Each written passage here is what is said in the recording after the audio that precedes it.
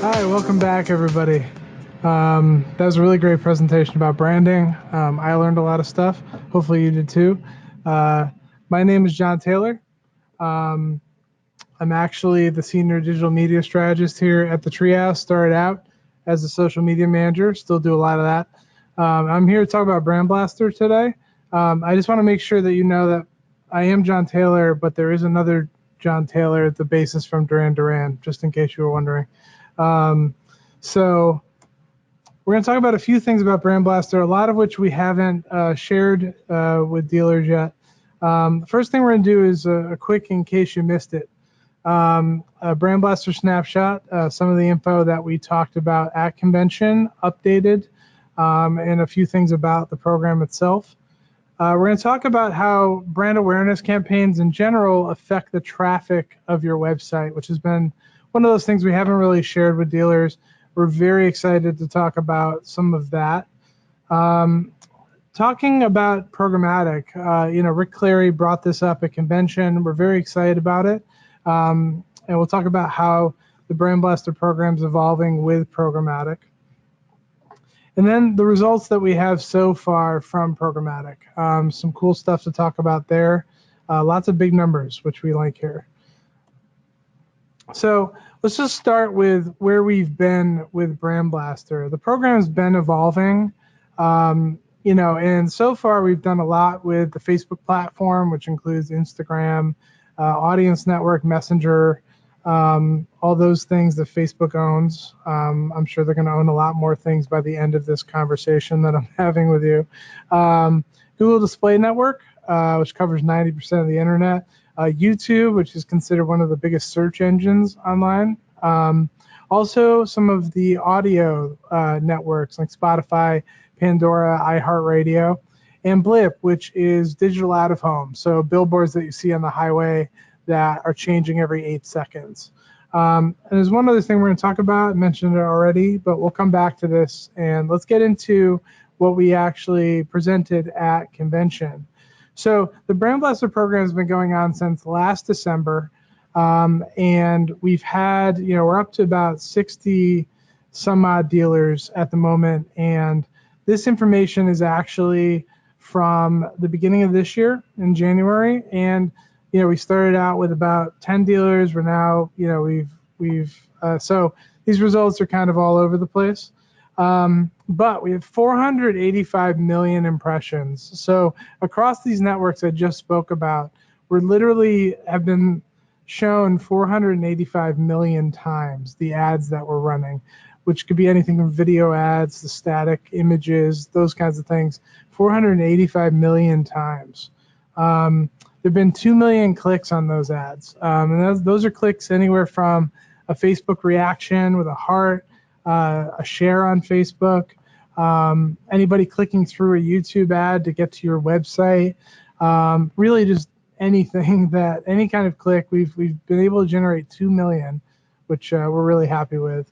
And there have also been 16 million YouTube and Facebook video views.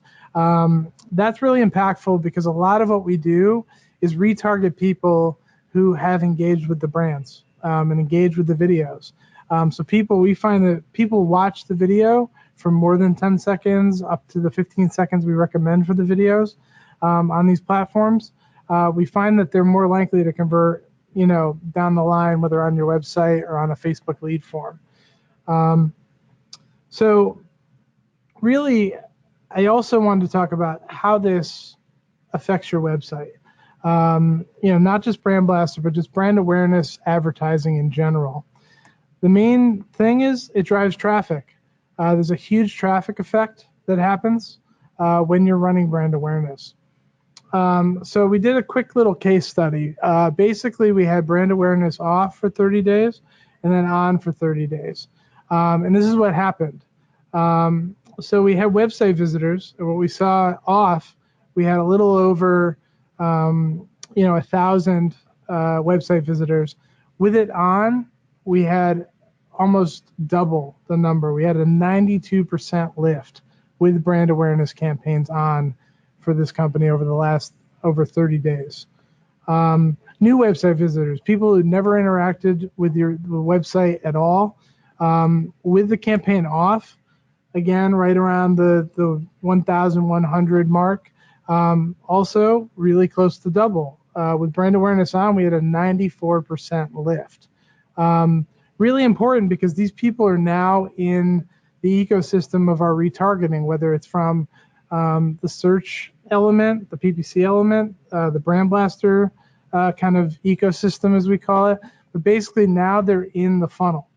And that's really important. These are people who never interact with the brand whatsoever beforehand. Website sessions. So this is like the number of times the site had been accessed.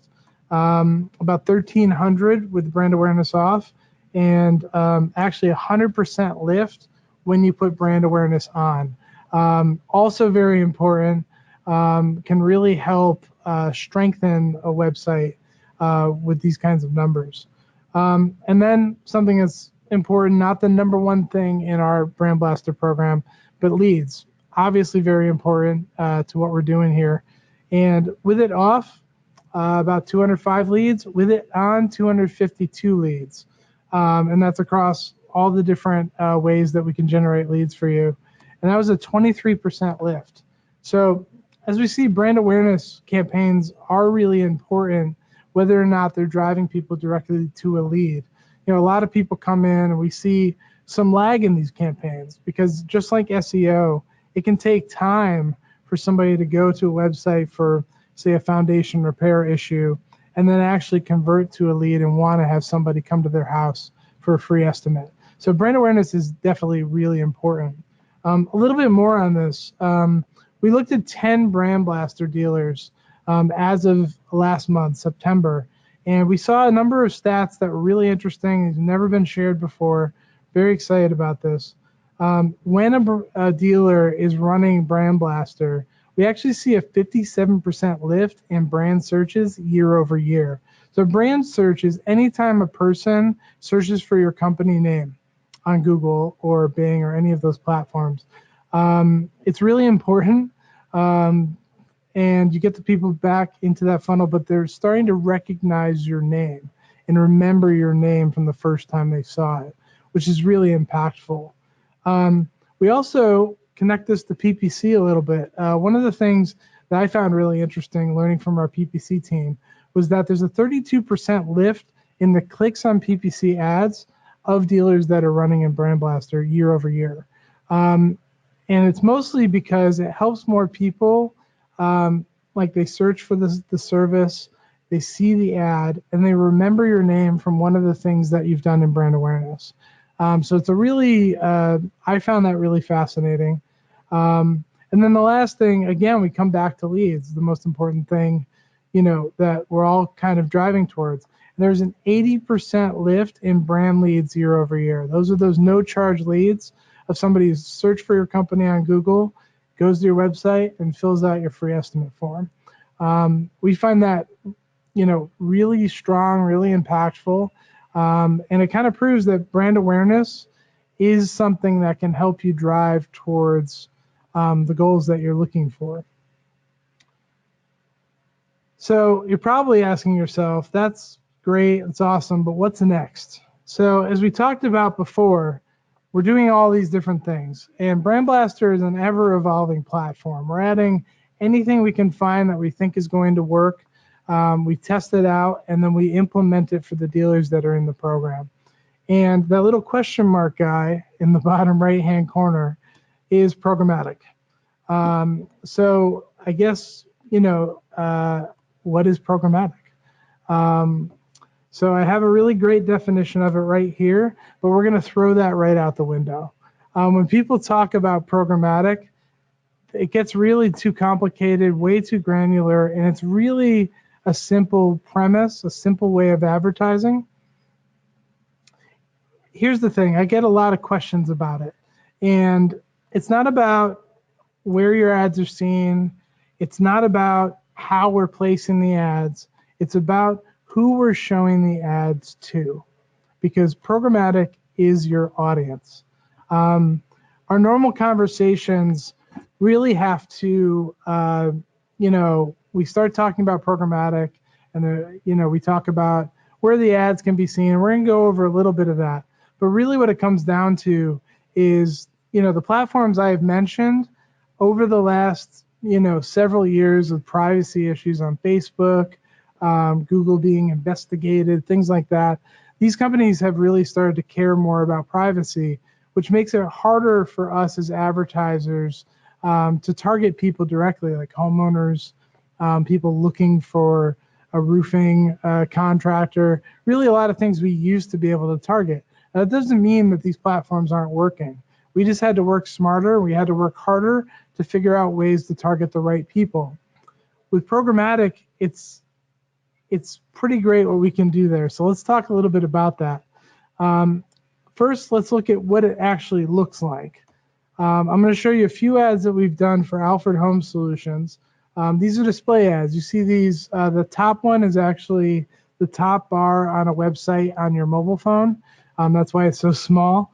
And the one right below that would actually be on the right-hand side or left-hand side of, say, a news site where you're reading an article.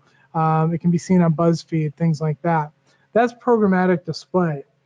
With programmatic, we can also run TV. And here's a few examples. That top example on NBC News would actually be a pre-roll. So if you went to, your local news site and you're looking to watch the video about the story that you're reading about, that would run before that, just like a YouTube pre-roll, except on other sites. The one below that would be a video right in the middle of an article you're reading. And we hope that with the first screen of the videos that we create here, that we can grab the person's attention and then, make them stop while they're reading the article and at least see your brand. Even if they don't turn the sound on, we're getting the brand right in their face in the first 3 seconds of the video. And the last is, my favorite, I think the most important. We can actually get these videos in front of people in their living room. Something that's really interesting. I was talking to one of those big streaming platforms, and they actually said that, although they really push their app and you can watch a lot of things on it, most people are actually watching it in their living room through a smart device. And that's how this works. If you have a smart TV, if you have a Roku stick, if you have an Apple TV connected to your TV, and you use the apps that I'm going to mention a few of them, we can actually reach you. And we can actually target homeowners. So we're going to talk about a few of those people. This is how it works. Here's potential customer number one. I'm a big How I Met Your Mother fan, so we're going to use that because I can't come up with fake names of fake people. So he's a 35-year-old homeowner. He's never heard of your company. He doesn't use Facebook, and he has ad blockers installed. There's more and more people doing that on their browsers and on their phones. And he loves watching CNN and ESPN through his Roku stick on Sling. And if you're not familiar with Sling, it's a way to buy digital cable. So we're going to talk about kind of the life of this guy, Ted. You start running programmatic on day one, and you start running this connected TV ad. He sees your ad in his living room while watching SportsCenter, and then a week goes by. He's been added to your retargeting pool, continues to see your ads, notices one of the issues that you point out in your ads, and then searches for your company name on Google.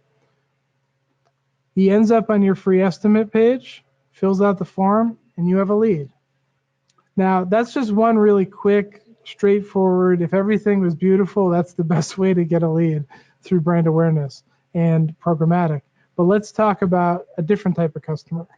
This is Robin. She's a 39-year-old homeowner, has never heard of your company, uses all of the BrandBlaster or enabled platforms, all the platforms I mentioned before, loves BuzzFeed quizzes. I think some of us really do, including me. Pop culture blogs, using her HGTV connected TV app, and playing games on her phone. So Robin is about to see the ads you just started, both on display and connected TV. She sees them in your living room. She also sees your display ads on BuzzFeed, right at the top of the page. She also sees them on Variety, Entertainment Weekly, other pop culture type sites. but it's sunny out. It's not cold. I mean, it's cold here today, but it's not cold in this example. So there's really nothing to worry about in her house. Next week, Robin notices that her living room floors are cold. She sees your TV and display ads again while she's researching what might be the cause of the problem. Um, she doesn't fill out the free estimate form because it might not be the right time. She's not sure she wants to be contacted. But now she starts to see your insulation ads on Facebook, YouTube, other platforms that are in the program. Week 3, it gets much colder. At that time, she's retargeted on Facebook with a lead form, fills it out, submits it, and you have a lead from Robin for insulation, for her crawl space, basement, whatever it would be. Here's the third customer, Barney. He's a 43-year-old renter, never heard of your company, uses all the enabled platforms, loves having a legendary time. If you ever watched the show, you know what I'm talking about. Never sees your programmatic ads. And the reason for that is if the person is not a homeowner, they will not see your programmatic ads, which is one of the most important functions of programmatic. So we have a lot of data, a lot of different ways to target people. It's something we're really excited about. And there's some other things about programmatic TV in particular I'd like to mention. With regular TV, you do get results. A lot of it's estimated, not exact numbers, but with programmatic TV, we can tell you the number of people who've seen your ad. We can tell you how many people watch your whole ad right now. We have a 97% viewability on the connected TV we're running. We can tell you how much it costs to reach 1,000 homeowners, which is it's a CPM metric, which is one of our favorites to use in BrandBlaster. And we can tell you what apps, sites, smart devices your ad was seen on, which is really important. We're actually seeing that connected TV and Roku are really, really hot in the markets that we're advertising connected TV in. And there's other metrics too. So let's get to some of the results. I got a few minutes left. Programmatic display, based on the 7 dealers we've had running this for a few months now, we've generated 4.6 million impressions. That's the number of times the ad was shown. 3.7 million times was the number of people who've seen it. And those are households. So you can kind of extrapolate that out. If more than one person are sitting on the sofa, then more than one person are actually seeing it. And we're only paying this is display, so not sitting on your sofa. It's about $3.60 to show it to 1,000 people, which is really, really economical. So for programmatic TV, we're running this based on 12 dealers. We've done 404,000 different views. So that's the number of times these TV ads were shown. It costs about 10 cents to show the ad to a household. Again, could be 2, 3, 4 people sitting on the sofa. And we're generating that about a $49 CPM. So it costs about $49 to show the ad to 1,000 people in your service area that we know are homeowners. And we're really happy with those metrics. So if you're interested in more about programmatic, BrandBlaster, and by the way, programmatic is the newest part of the BrandBlaster ecosystem. So if you're in BrandBlaster, we can definitely add in a programmatic element for you. Just contact your AM and we'll get some more information to you. So without further ado, I have a few minutes left. Are there any questions? Does it make sense to move my money from my TV budget to run CTV? It really depends on what you're seeing from TV. There's definitely, in no way does connected TV replace traditional TV advertising. However, there is more targeting, there are more metrics, and we can be smarter about the way that we do these things. And every dealer is different. So your marketing mix is going to be different from the marketing mix of a dealer in a different service area, in a different state, with a different audience. So what we do in BrandBlaster is we'll talk to a dealer, figure out the goals, and then build your campaign around that. You might, Facebook might not make sense for you, but maybe CTV does, maybe programmatic display does. So that's how we kind of do things. Do some platforms work better in more populated areas? It really depends. Every area is different. I think in metropolitan areas, you're probably actually going to get less reach from something like programmatic because there's not a lot of homeowners. But every dealer is different. Again, every service area is different. Facebook tends to do really well in those metro areas, but we try and exclude things to make sure that we're not reaching people who rent.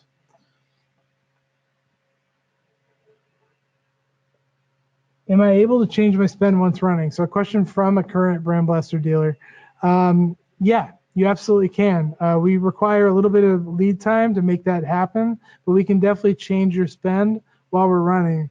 What we'll actually do if you come into BrandBlaster is give you a year-long plan and map out the budget in such a way that we're not spending money during months where it doesn't make sense, but really pushing it when it does. And one last question. Let's say I start BrandBlaster. After how long do you analyze the results, then make adjustments? So we can actually change these things pretty quickly. We like to give it at least 4 to 6 weeks. I would say 6 weeks to really know how the platforms are working and make any adjustments. We're looking at things, daily in most cases to optimize, turn off ads that aren't working, and make those adjustments. But then we talk with the dealer, we'll talk with you every couple months, and try and figure out like ways that we can move your money around to make it more impactful. I could talk about this for hours, as you can probably tell, and my time's up. So I actually look forward to the next segment.